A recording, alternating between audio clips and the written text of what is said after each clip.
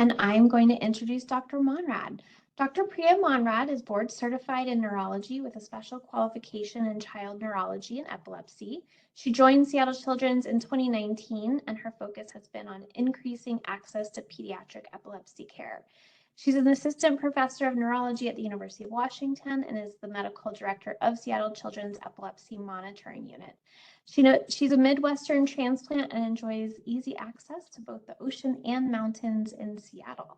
With that, I'm going to hand it over to Dr. Monrad. Thank you so much, Dr. Monrad. Thank you for having me, and thank you to everyone who is showing up. Um, as I mentioned, we were talking about the thunderstorms yesterday and trying to decide whether we actually wanted Midwestern thunderstorms in the Pacific Northwest, and the answer is probably not.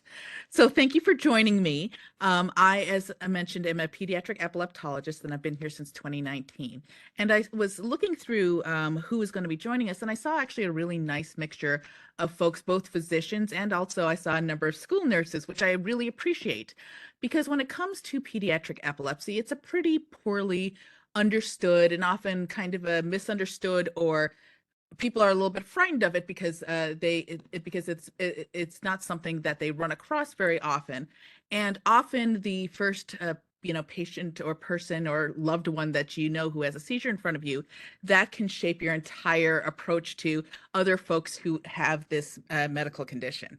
And also, it is not necessarily a pediatric epileptologist who is the first person who sees a seizure or who sees a child or having seizures and kind of makes the connection and figures out that this is a seizure. Often families say that it was a relative who recognized it, or it was their school nurse, or it was a family friend, or it was a completely other medical professional actually who was seeing the child for some other reason and became suspicious that they were having seizures. So this is something that I think is not necessarily only important for physicians or specialists to know about, but honestly, the more that everyone understands about it, the more likely we are going to be able to help these kids who have this condition. So I'd like to confirm that I have no relevant financial relationships. And this little image is actually an interesting reminder that the patron saint of epilepsy is actually Saint Valentine. Today, I wanted to go over a couple of basic concepts about what is epilepsy, what are seizures, how do we manage these seizures when we do see them, whether it is something that you are managing as a primary care physician or even as a school nurse. I'm definitely open to questions about what you would do in your particular role if you were to see a seizure or to be taking care of a child who has seizures. Now, what's also interesting, and again, this is also something where word of mouth has been really helpful almost as much as actually getting a chance to see a specialist, is that there are children who have really tough to control epilepsy, at least using medications. But there are other treatments that we can use, and often it's just a matter of families and providers being aware that there are these additional treatments that we can try that might bring the child better seizure control or even complete seizure control. And as part of that, I'd like to explain, what happens if we think that a child has this tough to control epilepsy, and, what are the tests that we can do? How can we help these kids? Because I think that also in addition to not being comfortable or familiar with seizures, there's a sense also that if you can't control it with a medicine, there's nothing to do. And that thankfully is not the case. So I want to just share this information because again, you may be the person who knows knows a family member, knows a coworker, sees a patient in your professional capacity and remembers that, oh, did you know that there's maybe something more we can do? So to start off with, a seizure is an abnormally synchronous discharge of electrical signals in the brain. And there are a couple of different patterns that can that it can assume. But the basic way that I explain it is that to families is that the brain is an electrical organ where the cells talk to each other with electricity. And if there is an electrical misfire, that is something that we call a seizure. There are other things that look like seizures that are not caused by an electrical misfire in the brain, such as if you faint at the sight of blood. That's not caused by an electrical misfire in the brain, but both of them can cause you to lose consciousness, fall to the ground, even have a few jerks of your limbs. So the key component of having a seizure or epilepsy is an electrical discharge in the brain. And seizures can look different ways depending on the patterns that they are using to spread through the brain. And I'll get into that a little bit later. So one of the most important things that I do when people come to me with possible epilepsy is really to try and sort it out between epilepsy and mimics that look like epilepsy. But another question that people have is that, okay, if my child or my loved one has had a single seizure, does that mean that they have epilepsy? Or is this going to happen again? Is this going to happen for the rest of their life? Are they going to have to be on medicine for the rest of their life? So I like to kind of talk about some of those basic numbers and, the statistics that we have that help us figure out, well, what do we expect and how can we take better care of the person who's had a seizure? Now, we use the term seizure and seizure disorder and epilepsy pretty interchangeably. Now, a single seizure is that single event with the abnormal electrical discharge in the brain. Now, if you have a single seizure, that is not what we call epilepsy or a seizure disorder. A seizure disorder or epilepsy is when you have a recurrence of these seizures, or if you have seizures and you have a high risk of having additional seizures. So if you have one seizure, you don't necessarily need to worry that this is going to be a lifelong condition, but we have to keep evaluating that. Also, a lot of the times that we encounter people who have seizures, it's in sort of what we call provoked seizures. So when we see a little 10-month-old with an ear infection and a high fever who has convulsion, we say that the seizure was provoked by the fever. And so that doesn't necessarily mean that they're going to have seizures for the rest of their life or have a high overall risk of seizures, which we would call epilepsy. Or, for example, some people, if they have a stroke, they can have seizures right around the time of the stroke due to the ongoing brain injury. But also over the long term, once that initial injury has healed up and kind of resolved a little bit, they may or may not have a long-term risk of seizures, so they may or may not get a final diagnosis of epilepsy. However, while I say that, often the first time that people present with epilepsy can be with something that is provoked by illness or an injury or something like that. So it's really the workup that we do that helps us figure out the long-term risks and the need for medication and what else we have to do to support these kids. So one of the things that really surprised me, at least once I started to get into more interested in neurology and epilepsy, is that seizures are really more common than we think. About 1 in 10 people will have one seizure in their lifetime. And as I just mentioned, having one seizure does not mean that you have a diagnosis of epilepsy. Often these are provoked. In the adult world, it's sometimes by concussion or a toxic exposure, such as alcohol or so on. And in children, you may have febrile seizures. So 1 in 10 people will have a seizure in their lifetime, but we don't start all of those on medications because most of them do not actually go on to have recurrent seizures and a diagnosis of epilepsy. But 1 in 26 people, really do go on to develop epilepsy at some point in their life. And about 10% of those folks, their seizures occurred under the age of 3. Now, this actually, when we do the demographics, this is actually quite a lot of people. That's 75,000 folks in Washington, 10,000 of whom are children. And in addition to the fact that they have this potentially chronic medical condition, this is something that really affects the daily lives and daily functioning and quality of life for both adults and children. Now, as folks who take care of children, the things that we worry about is that it is often associated with neurodevelopmental issues. It's often associated with neuropsychiatric issues such as depression and anxiety and attention deficits. And also there's a significant social stigma, which not only affects children, but can actually, in studies, it's shown that it can have a lifetime effect. For example, there are these studies in children which show that if you delay a diagnosis of seizures, you don't recognize what it is. It takes years for you to get them under control with medication. That can give you a significant IQ drop.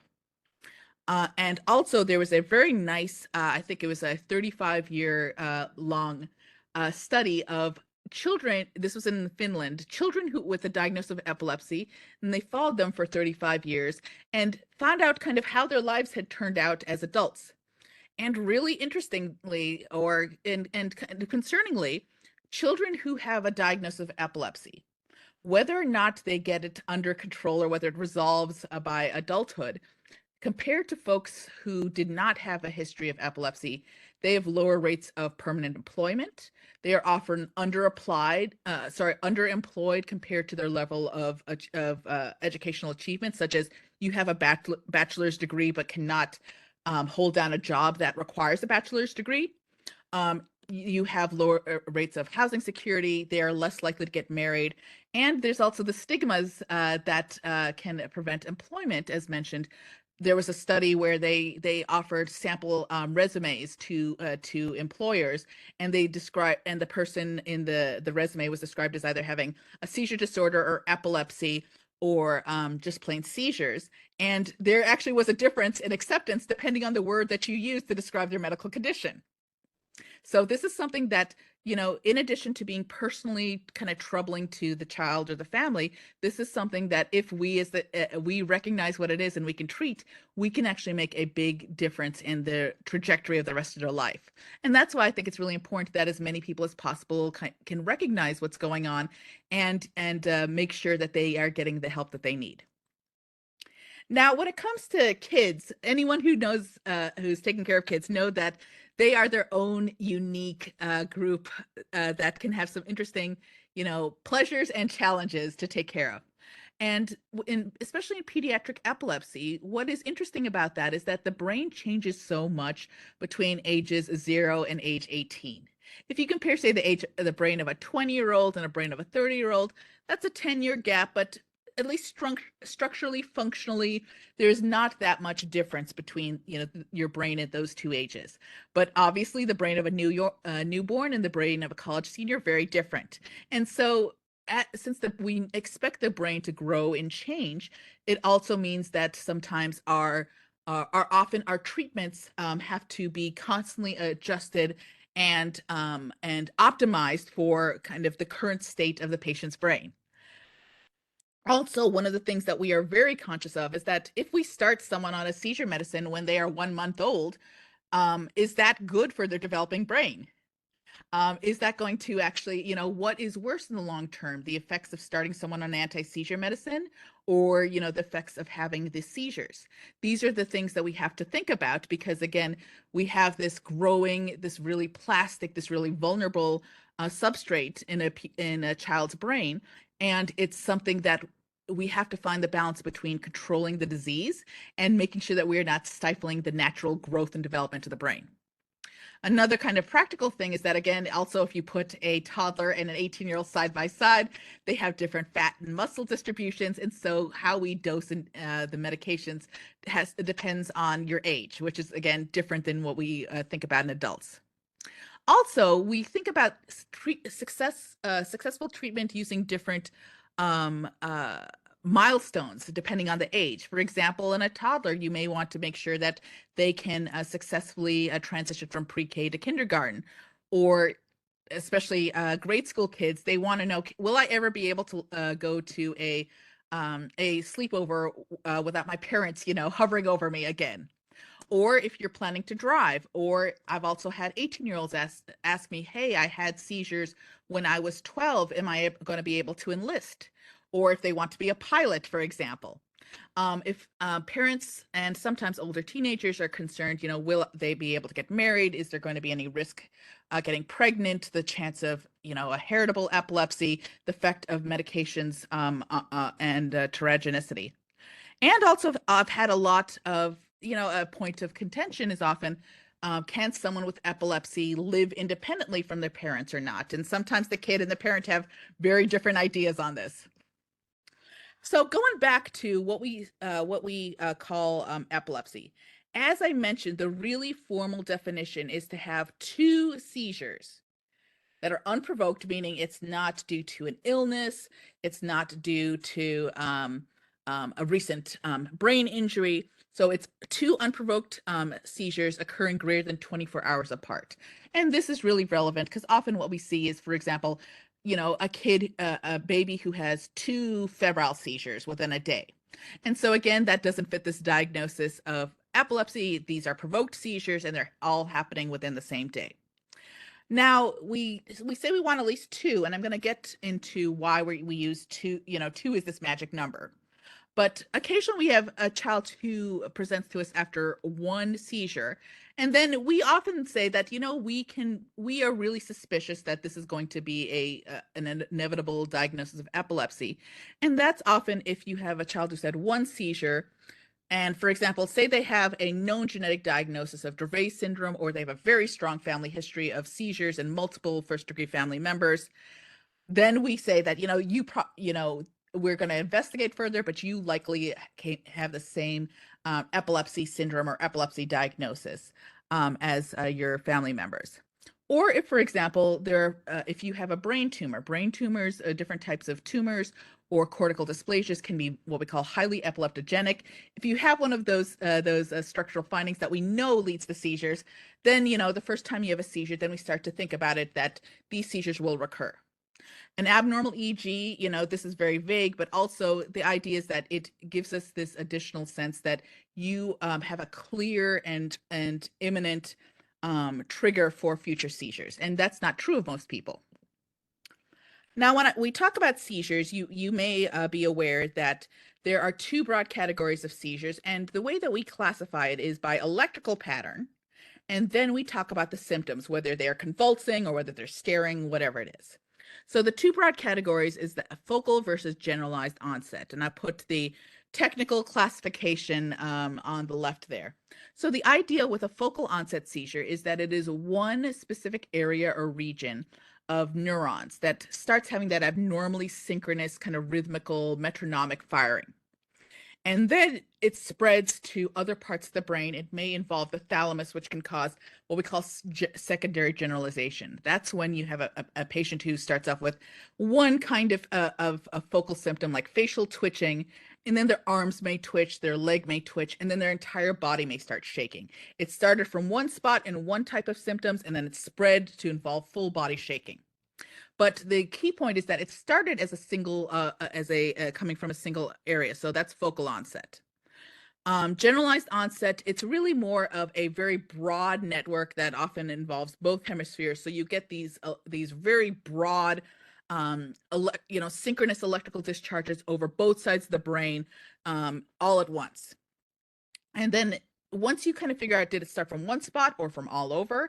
Then we think about, were you aware, were you awake, or did you get confused? Did you become unconscious? Do you not remember what's happening? And that's the second branch point. And then after that, we think about, okay, were you convulsing? Were you twitching? Were you staring? Were you kind of slumped over? Did you just drop to the ground? Then those physical symptoms come last, because you can have both of these broad categories of epilepsy that cause very similar symptoms, but it's important really, again, whether it is coming from one spot or all over when it comes to choice of medications or options to treat. Are there any questions at this point about these kind of basic types of seizures or what we're thinking about when we talk about seizures and epilepsy? As of right now, we don't have anything in the chat, but if anyone does have a question, they can enter that now or raise their hand and we can unmute you. I'll keep going and I'll pause if anyone has a question, okay? Perfect. All right. So with workup for seizures, the very basic treatment and workup for a seizure is an EEG, as you can see here, and also an MRI of the brain. Now, the reason that we get that is that we are really trying to figure out that, again, we know that most people most people who have one seizure in their lifetime will not go on to have further seizures. So how do we figure out who's going to have further seizures? And also, people do not always show up to the doctor or are not necessarily discovered to have epilepsy after their first seizure. They may have had one, a year ago and one 6 months ago and something like that. Now, we've done these long-term studies where we tried to figure out, okay, children who presented with one seizure, how many of them went on to develop two seizures, and how many of them went on to develop three seizures or four or even 10. Now, this study in the year 2000 really found that in all comers, now, of course, there are many types of folks with ranges of health conditions who have epilepsy, but if someone presents to you after one seizure and they're otherwise healthy with, say, a normal EEG and a normal MRI brain, then the risk of having another seizure is about 50%. It's a flip of a coin.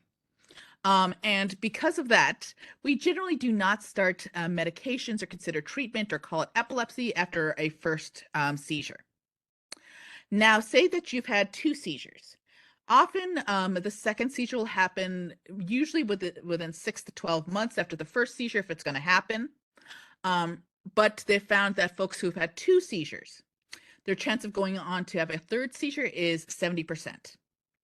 And if they've had three seizures, the chance of getting a fourth seizure or more seizures is well over 80%. And that's why after about two seizures, we say the risk of you going on to have further seizures, which have these, long-term implications, is over 70%. And therefore, this is a good time to intervene with medications or other treatments. Now, this study actually also looked at the influence of actually treating with medication between the second and the third seizure and whether it actually caused the drop off in the risk of third seizures. And the answer is yes. So treatment does actually change that trajectory. They did find that there's a difference in response rate or risk of additional seizures, depending on whether you had an obvious, say, old brain injury, history of cerebral palsy, neonatal stroke, anything like that. If you had an old history of anything that injures the brain, you have a high risk of recurrence because that is an injury that is always there. However, there is a significant number of folks where, for example, they are developmentally normal, they have a normal brain MRI, they have a normal EEG. Now, those folks do go on to potentially develop seizures, but at a lower rate than the people who already have a pre-existing neurological injury or neurological symptoms, which kind of, I think, makes sense. Now, if you are the person who is, who has just heard about potential seizures or is taking care of a child and you think that they're having a seizure, one of the questions might be, okay, how quickly do I have to rush them to the ER? If I just heard that they had a seizure, or if they've just had a staring spell, what is the urgency here? Or they just did something strange, or I'm not sure what's going on. Now, there are certain types of seizures where we say that, okay, even if the kid looks good, we should probably get them evaluated sooner rather than later. Now, this is assuming that, for example, this is someone who is currently clinically stable, is not just actually having a seizure right in front of you. This is something where you hear that, oh yeah, last week, there's staring spells, or if you've noticed a child in your classroom who is blanking out and having staring spells. So in infants, we tend to take potential seizures in infants extremely seriously because most kind of the average age of onset of childhood epilepsies is usually 3 or 4. The children who have potential seizures, especially under 1 year of age, and again, these are non-provoked seizures. These are not febrile seizures. These are children that are having convulsions without a trigger. We take that seriously because there are several developmental seizure disorders under a year of age, such as infantile spasms, where time is of the essence to start treatment. And so we say that, if you have an infant, especially if you have an infant that's having increasing numbers of events, and especially if they're having acute developmental regression, and that's true of children of any age, if all of a sudden they are suddenly struggling in school, they are, or an infant is clumsy at crawling and is no longer trying to pull to stand. These developmental regressions say that this is a ongoing process that we should be looking at much sooner rather than later. However, the flip side is that if you say that, oh yes, for my entire life, if I stand up too quickly, I get really lightheaded and I've actually fainted a few times. Or when, if you have a child around a 2-year-old who gets into a fight with their sibling and then screams and passes out because they're so angry. These sorts of scenarios are less concerning for possible seizure, and are, especially if the child is otherwise healthy, has no developmental regression, or especially if they don't necessarily completely pass out either. These are the ones where, yeah, let's figure out what's going on, but it's less likely to be a fulminant seizure disorder that needs urgent treatment. However, that being said, you can have folks who, and especially this is true of my families who are either recent immigrants to the US, where, for example, this story may be that, yeah, 10 years ago, he had a couple of seizures and he's been on a little medicine for 10 years. And, this has been long standing. Again, that doesn't mean it's not epilepsy, but it means it's less urgent to really kind of define what's going on. But I think what's really important for kind of for people to take home, families and also other caregivers, is that most of the children who have a first seizure do not go on to develop epilepsy, and they're mostly healthy and they mostly do well in the long term. Because of course, this is an extremely stressful, watching a seizure can be extremely stressful for anyone watching. Now, if you happen to be the person who, is hearing the story of the epilepsy or saw, something that you think might be a seizure, these are the sorts of questions or thoughts that at least I tend to ask children and families. And often, especially when children have events at school, sometimes the school nurse is brought in to add, their kind of trained experience to what they saw. And so, and the thing is, even young children can give really useful information. So these are the sorts of questions that I ask them. Did you get a warning that it was going to happen? Do you feel funny when it happens? Do you remember, what do you remember before, during, and after? And did you fall? Did you hurt yourself? And other kind of adults can, thankfully we all have cameras with phones and we can take video, but also just the details of what was the child doing? Were they awake? Were they asleep? Did they act different before or after? Were there any potential provoking factors? And I know that I mentioned that kind of provoked seizures we don't necessarily call epilepsy, but when we have a particular event or external trigger that leads to a seizure, depending on the trigger, it can be very helpful. For example, as you may know, that some people, if they are exposed to strobe lights or flashing lights, can be triggered by a seizure. That's the sort of kind of cause and effect we're trying to elicit. And also, if they have some sort of convulsive, unresponsive, whatever type of potential seizure-like event, how do they recover afterwards? Do they just kind of shake it off really quickly, go back to what they're doing?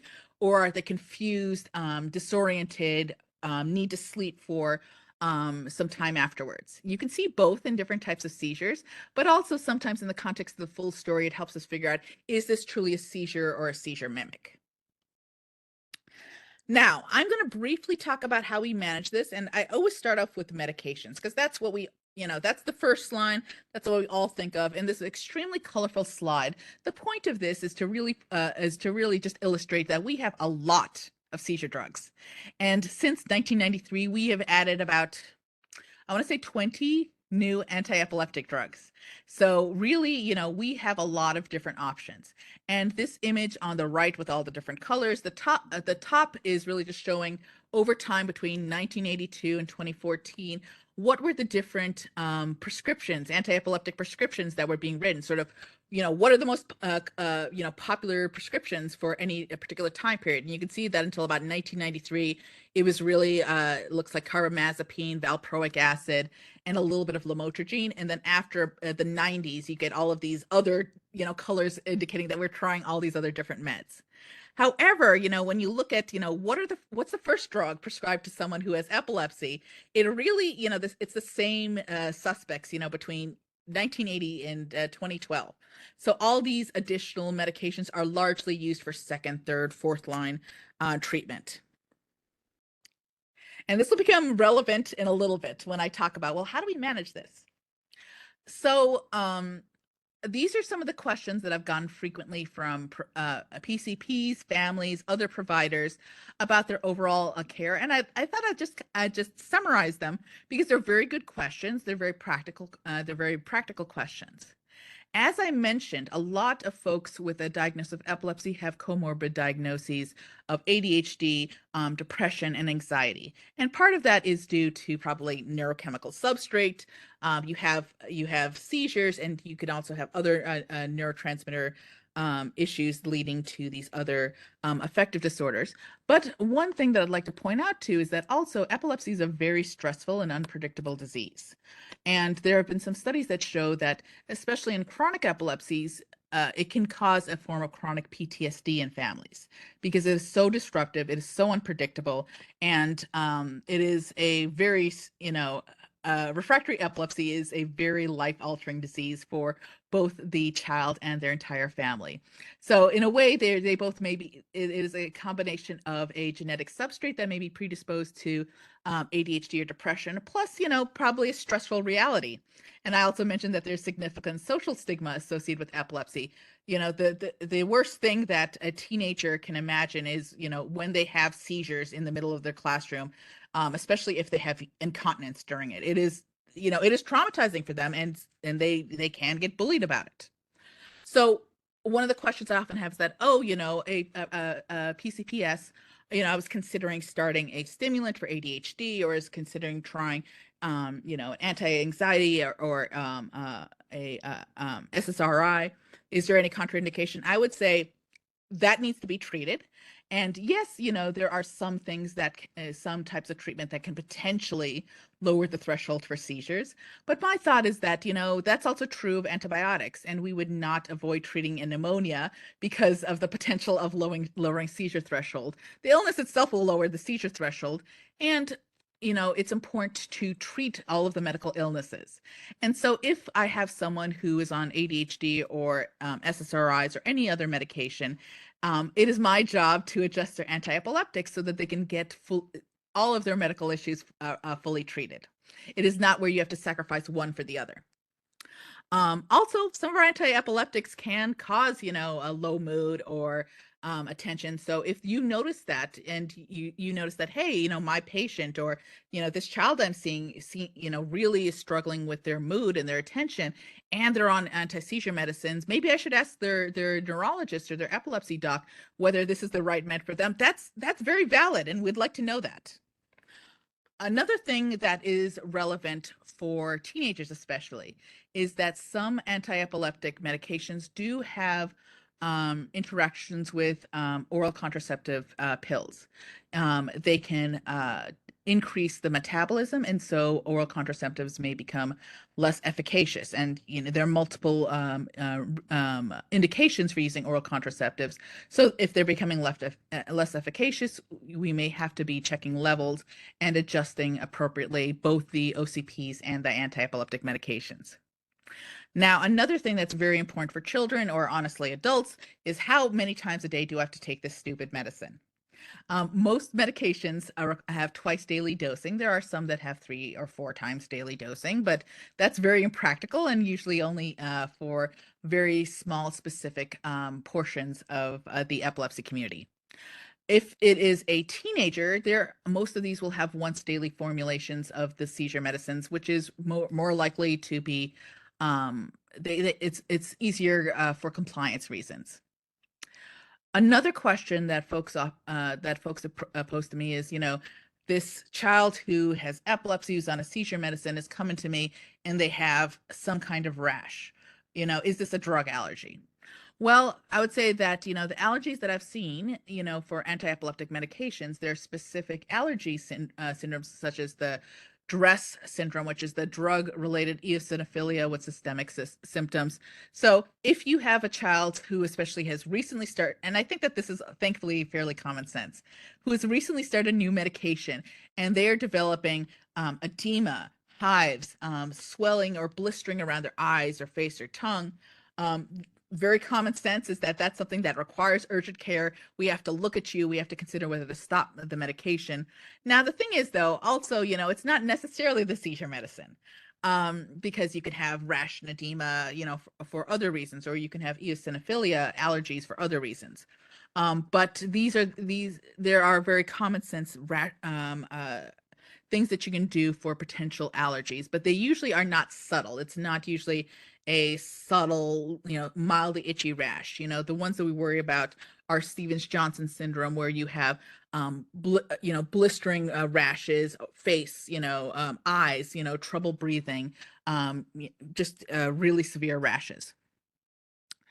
Another very common question from families and also PCPs is that, my child has admitted that they have missed maybe one dose of their medication this week, which, may or may not be, it may be a little bit more than one. But overall, due to the half-lives of medications, we say that, five half-lives will wash it out of your system. But normally, if they have missed less than a week of their medicine, you can restart them on their previous dose. But if it's been longer than about a week or two, then you have to start, they can be restarted on their medicines, but we have to start and retitrate them up step by step again. Any questions at this point? All right. Still don't see any. Okay. Another really common question I get about anti-seizure medications, and especially from families, from friends, from, doing some internet research, is whether, we can try CBD for seizures. And CBD is actually a very useful and effective anti-seizure medication. And this is a very purified form of cannabidiol.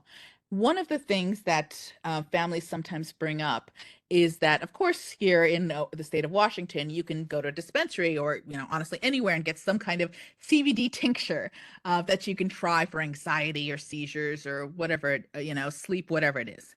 Now, the difference between the prescription cannabidiol that we call Epidiolex and the stuff that you can get over the counter is that the cannabidiol that we prescribe, the Epidiolex, is very purified. It is 0% THC.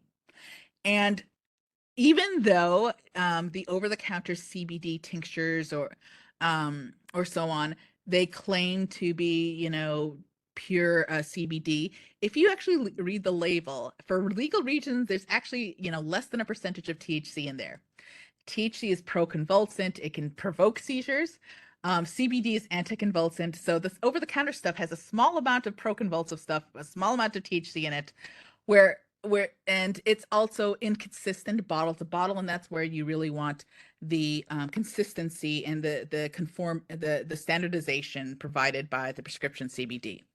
And I've got all of these different articles here because there is no miracle medication that works on every type of seizure in every person and works completely with zero side effects. However, for example, cannabidiol is extremely effective on the specific type of seizures, drop seizures, where you fall to the ground and you can hit your head in specific seizure syndromes. Lennox-Gastaut, which is a very a seizure syndrome where children have multiple types of seizures, where it also affects their learning and development quite significantly and is often associated with developmental delay, cognitive disabilities. Those specific types of seizures respond very well to cannabidiol. Now, also children who have a genetic condition called Dravet syndrome, their drop seizures also respond really well to Epidiolex. So very specific types of seizures, we have pretty strong evidence that they help. Now, these may not be the only types of seizures and the only people that this can help. So we're trying to expand, we're trying it out on other types of tough to control epilepsy. But the key is tough to control epilepsy, not necessarily my child has had one seizure. Can I just use CBD? That's usually not how we approach it. Now, this is something that also, comes up very often, especially, and I know that hopefully we have some of those school nurses here, is that about seizure rescue medication. The idea is that most seizures are actually fairly short and self-resolved. Most seizures stop on their own within 2 to 3 minutes, and that is without any intervention. When we are trying to figure out, well, when should we intervene? There have been studies that have kind of that have mapped out how long different seizures are, and to try and figure out, well, when do we start to, start to think that this seizure is not stopping on its own and it's going to continue. What we want to avoid is status epilepticus, which is a prolonged seizure, which over time can cause neurological injury, vital sign destabilization, so on and so forth. Now, people can have seizures that last 30 minutes, 60 minutes, hours at a time even.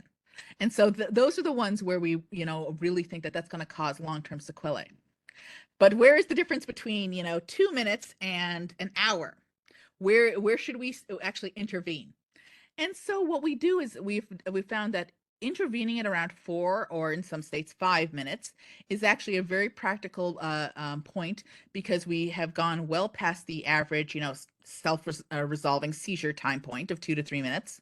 But it's far away from 20 minutes, which is when we start to think we're going to start causing energy failure, potential injury from having the seizure.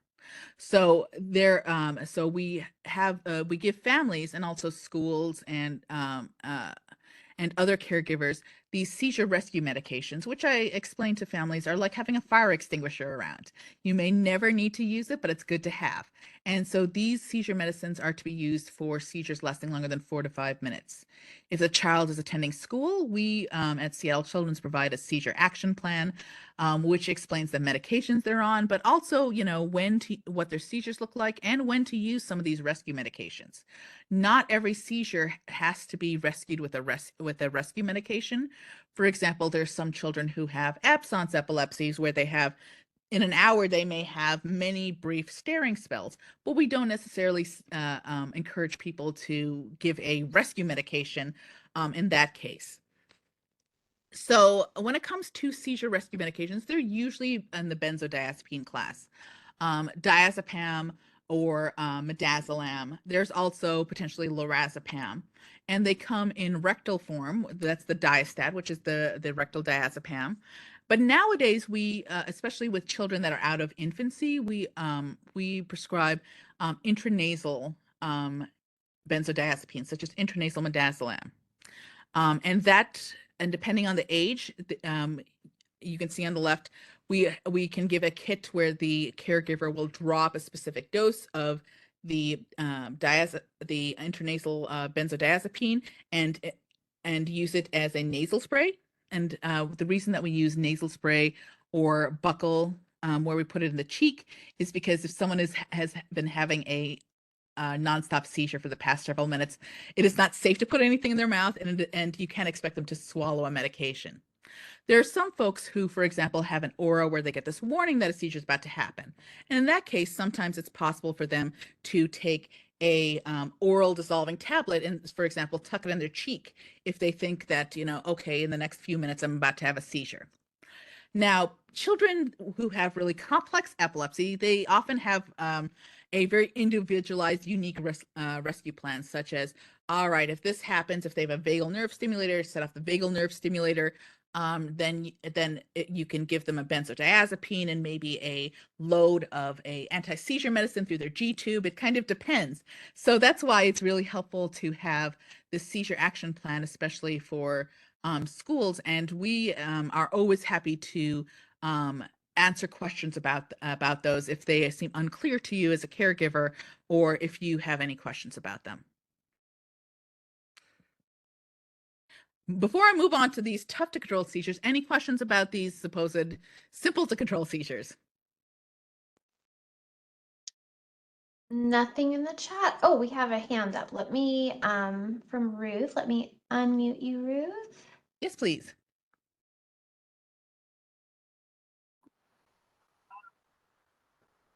I'm a school nurse, and oftentimes we see the very first seizure that the person has, and maybe call 911.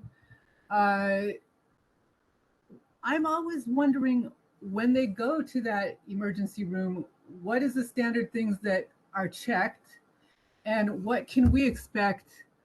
Also, for my care plan, I want to kind of right away put out a care plan, and I realize that they're not going to be able to see like a neurologist right away.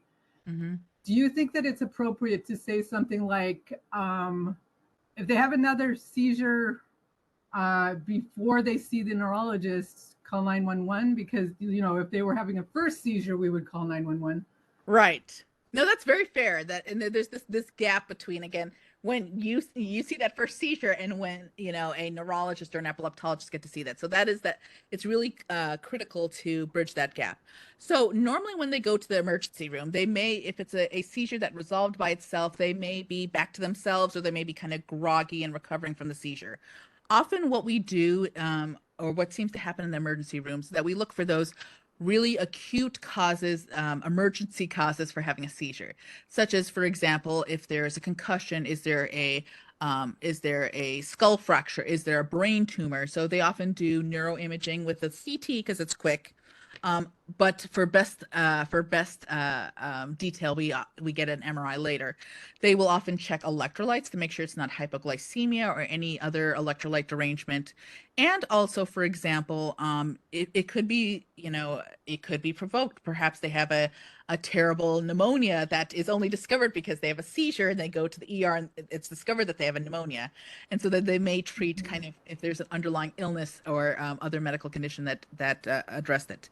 Usually after that ER visit, they will go home with a seizure rescue plan if they're not really sure whether they're going to recur, which I think is reasonable because, again, we talked about that, not everyone who has one seizure will go on to have more. Now, if you do have that second seizure before they are able to see the neurologist, I think, and this may be a gap that we can improve, and so I really want this input, is that if they have a prescribed seizure rescue medication, is that something that before they see a neurologist, is that something that a school nurse with, appropriate guidelines and kind of, when to use this medication, is that something that a school nurse would be willing to use, knowing that this is all they have, and if it doesn't work, to call 911. That is what we have on our seizure action plans anyway, to try giving a medication, and if they resolve to, there's, depending on the child, you can either observe, or you call their parents, or sometimes you do call 911. So I guess at the end I'd like to bounce the question back to you, that what is the scope of your practice? How do we best give you the right information so that definitely, when in doubt, calling 911 is always correct, but there may be a possibility that how can we work with you to give you more options than that? Is that kind of a fair place to start? Yeah, I guess my comment is that a lot of times they're going to small ERs, not necessarily all the way up to Seattle. Yeah. And they often come back with nothing. They're not taking they might not be taking an oral medicine, and they definitely hardly would ever come back with an emergency nasal medicine for use at school. If they had that emergency medicine, then I would say try that and don't call 911. But if they don't have any medication or anything, Yeah, so I think that, you're very right. Kind of in my experience, it's been almost 50-50. Sometimes I'm really surprised because, again, someone out there was comfortable with this. They recognized and they knew the options. But, also in smaller EDs, I've also had them not know exactly what to do. Usually that's mitigated somewhat by the fact that these small EDs often call over to us to get those recommendations, but they don't always. So I guess if they don't have a rescue medication and they had their second seizure in front of you, I think that it's really hard to generalize that. It's one of those things that if they had a 30-second staring spell and then they come back to themselves in front of you, I wouldn't necessarily say that you have to call 911. Or sure, if they had a 30-second seizure, they're tired, they wet their pants, but they're kind of coming back to themselves, then maybe if they are back at their baseline, then it's maybe more appropriate to call their parents. I think it's very hard to kind of generalize that, but I think that is actually a huge potential area of improvement. And so that's something that kind of communication between school nurses and the ER docs and, us at Seattle, in Seattle, I think that having a better either interim plan or a way to make sure that people are more consistently getting rescue medications, that would be a really nice goal, especially in our kind of the WAMI region. That's something that I, have been trying to make sure is more available for people. But I think that with that kind of gap in resources, it's really the education and the co-management, between all of the folks taking care of this child that are going to help us kind of find a better solution than call 911. Again, I apologize that I can't give you kind of a overarching answer, but that's because again, there are many situations where I'd say just observe the child, and if they feel okay to go back to class, then that's fine. They can wait until their appointment, but then there's also going to be those times where that's not the case, and so that's an area of improvement that we have to do, especially in our geographical area. They don't have the options, and they won't necessarily go to an ER that has the comfort level, especially for kids. I've noticed that especially for small kids, they just aren't quite sure how to handle some of this. Mm-hmm. All right, I'm just going to move on a little bit, but I'm happy to kind of come back to talk about that, because that really is a gap. And that is something that I haven't found a great solution for. But the hope is that with talks like this, we can start to get the right people at the table to try and find a solution. All right, so the reason I hedge about, well, what do we do, is that of course some folks, they have complex epilepsy, what we call refractory or intractable or drug resistant. And so when do we say that, okay, medications do not work on your epilepsy? And studies have shown that it's really after you try 2 different medications that are appropriately chosen, and you actually are able to give it a decent try. For example, if you start on a medication for a week and it gives you such bad headaches that you stop it after a week, I can't really say that, that the medication reached therapeutic levels or was really given a long enough try to be effective. Usually an effective trial is about 2 to 3 months. Sometimes a little bit shorter, but usually it's about 2 to 3 months to really to say we have adjusted the doses, we've tried to optimize everything possible, and this medicine is not controlling the seizures. And so the question is, how did we figure out, okay, so you don't treat until after two seizures, and you try at least 2 medicines before you decide that medicines don't work. Well, how do we come to that? So there is a study back in 2000, and this was in adults, but it seems that we have similar numbers in pediatrics, that about 65 to 70% of patients, they respond to the first, either the first or the second medication you try. Doesn't matter. It doesn't matter what it is. It is really, it only matters that it is the first or the second medication. It can be any medicine for either of those. You would think that because they tried to figure out, okay, is it if you try valproic acid first, it's most effective, or is it if you try carbamazepine first, it's most effective? It doesn't matter. It's any medicine. 65% of them will respond to either the first or the second medication. But when they followed and said, okay, well, people who still had seizures after trying 2 medicines, what about after the 3rd or the 4th or the 5th or the 12th medication? How many more people achieve seizure freedom? And it's a really clear diminishing returns after the 2nd or maybe 3rd medication. Maybe 1 or 2 or 4% more folks get seizure freedom with each successive drug trial, but it's really not, it's really very individualized at that point. And this is really concerning because, again, there's this lifelong effect of uncontrolled epilepsy. There's the high risk of SUDEP, which is sudden unexpected death in epilepsy, in this resistant epilepsy. And so we say, if you try 2 drugs, we should be thinking about something else like surgery. And so the question might be that, well, that study was in study was in the year 2000. We're in 2025. As I said, we have 20 more anti-seizure medicines. Surely we have figured out the best seizure medicine to try first that will give us better seizure results. And, I'm sure that with the newer medicines, we're actually getting, better control with, the 3rd trial or the 4th trial. No, it's been 25. It's been, I guess, at that point, it had been 25 years. In 2014, the same group did a longitudinal study, and they found that, even with these 20 new drugs, only about 64% of them achieve seizure freedom after trying drugs.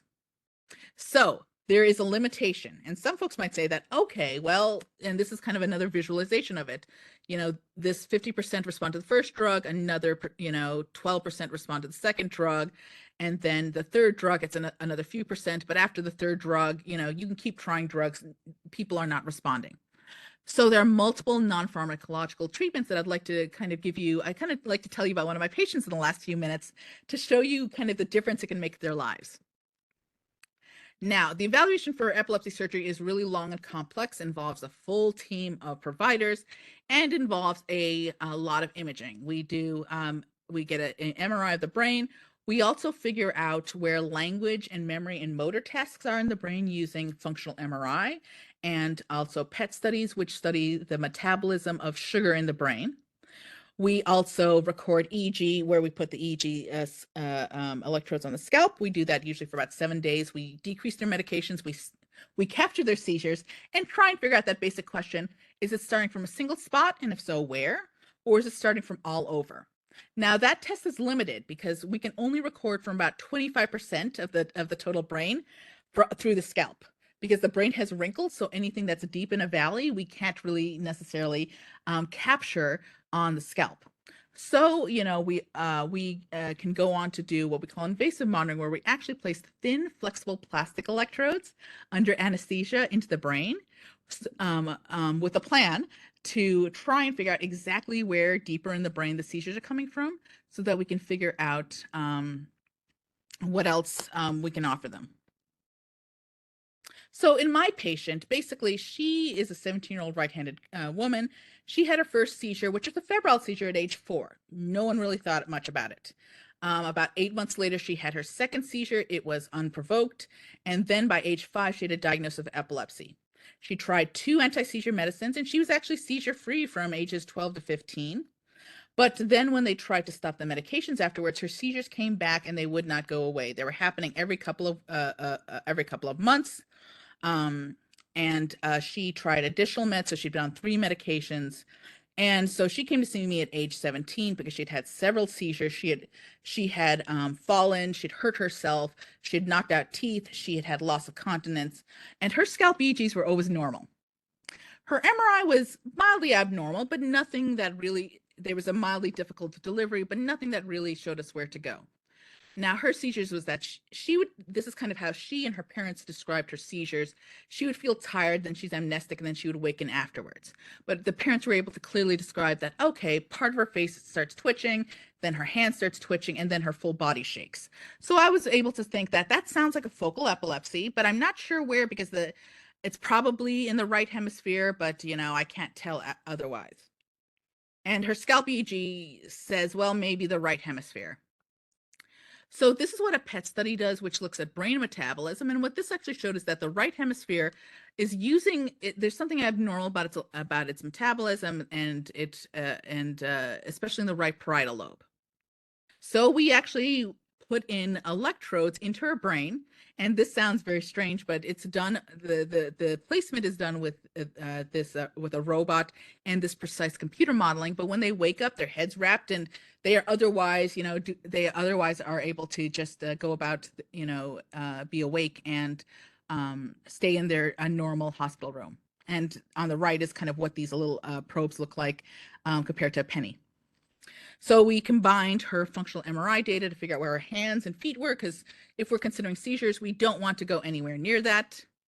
And so when we have those tiny probes in her brain, we can actually record very specifically where the seizures come from and how they spread across the brain. And so, all of these different squiggles actually show us how they spread across the brain. And if we go really very specifically, we were actually able to find a very specific area that we could not see from the outside, that where her seizures were coming from. And so we were able to say it's this tiny area that doesn't look any different from anything else on the MRI that is leading to her seizures. And so we did a very targeted resection of that area, and she has no weakness. It hasn't affected her movement, her language, anything like that. And so far she's seizure free, which is amazing for her, because again, the likelihood that medication would help her is very, very low. And so with seizure surgery, another 30 to 50% of patients can become essentially seizure free. And these are folks, again, where medicines will not work. If half of those can get seizure freedom, then, that's great. There are other devices, which unfortunately, again, they deserve their own hour to go about, but basically there are options if you aren't a straightforward candidate like that. But these devices take a while to take full efficacy. These are something where we measure efficacy in years or even a decade, as opposed to in days or months. So to finish up, and again, I apologize for running a little bit over, is that, this is something that's common, but it's something that we can do, that we can really all work together to lead to better outcomes, because again, recognition, getting them directly to appropriate care, it's really helpful. And again, as the school nurses or the other kind of non-neurological providers, your kind of recognition of what's going on is really very key to making sure that we are keeping things under control and also recognizing who is actually having seizures. And also the final take-home point is that if medications don't work, there are still things that actually have very good efficacy to bring better seizure control, which has an overlong, really positive effect on the lives of these people who have epilepsy. Because again, we're dealing with children who eventually become adults and have a long life ahead of them, and we can help them. All right, again, thank you. Apologies for running a little over. If anyone is able to stay, I'm happy to take any questions. All right, thank you so much, Dr. Monrad. As a reminder, if you do have questions, you can raise your hand or put those in the chat. I don't see any questions in the chat right at this moment, but maybe we'll give it a couple of minutes. We do have a couple of different comments thanking you for the great presentation and your time today. And if anyone would like to reach out or has additional questions, please, of course, feel free to reach out to our office, especially I keep mentioning the school nurses, because again, you guys are such key, co-management, kind of co-players in taking care of these kids. You guys see, you see them on the daily basis, not in a clinic. Alrighty. Okay, well, I think you did such a great job that we don't have any additional questions today. So just want to thank everyone who was able to attend today. And of course, thank you to Dr. Monrad for your time and fantastic presentation. Thank you. Right. We will follow up with everyone with a link to the evaluation in an email later today, as well as a link to the recording and a copy of the slides in about a week. Thank you all so much and have a great rest of your day. Thank you.